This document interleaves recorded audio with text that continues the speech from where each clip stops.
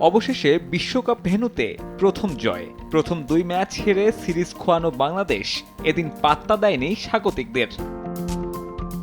অবশ্য এমন জয়ে বাংলাদেশি ক্রিকেটারদের চেয়ে অবদান বেশি মার্কিন যুক্তরাষ্ট্রের। অধিনায়ক মোনাঙ্ক প্যাটেল সহ একাদশের 4 গুরুত্বপূর্ণ ক্রিকেটারকে বিশ্রামে পাঠিয়ে সফররতদের সান্ত্বনার জয় উপহার দেয় স্টুয়ার্ট লয়ের দল।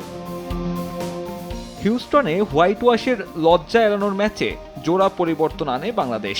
জাকেরকে বসিয়ে কিপার কোটায় টানা ব্যর্থ হওয়া লিটন, শরীফুলের বদলে রিজার্ভ বেঞ্চের হাসান।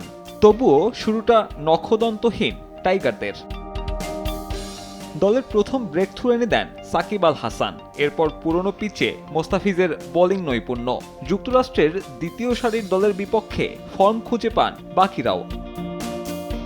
তাতে এক ম্যাচ হাতে রেখে সিরিজ হারা বাংলাদেশ প্রতিপক্ষকে আটকে দেয় মাত্র 104 রানে।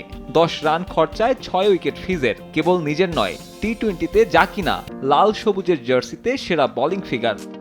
নগদে 500 টাকা বা তার বেশি পেমেন্টে পেতে পারেন ঢাকায় জমিসহ 20 কোটি টাকার পুরস্কার।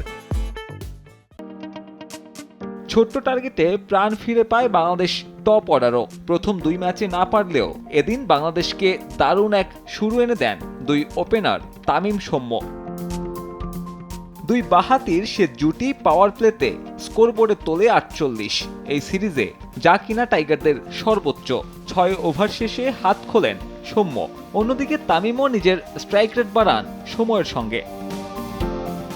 39 বলে 50 পূরণ তামিমের। নিজের সপ্তম টি-20 ইনিংসে তৃতীয় অর্ধশতক এই ওপেনারের। অন্যদিকে সৌম্যও খেলেন হাত খুলে। তাতে 50 বল আগে উইকেট না হারিয়ে জয় তুলে নেয় অতিথিরা। 20 ওভারের ক্রিকেটে যা কিনা প্রথম 10 উইকেটের জয় লাল সবুজের। সাব্বির মিথুন, সময় সংবাদ।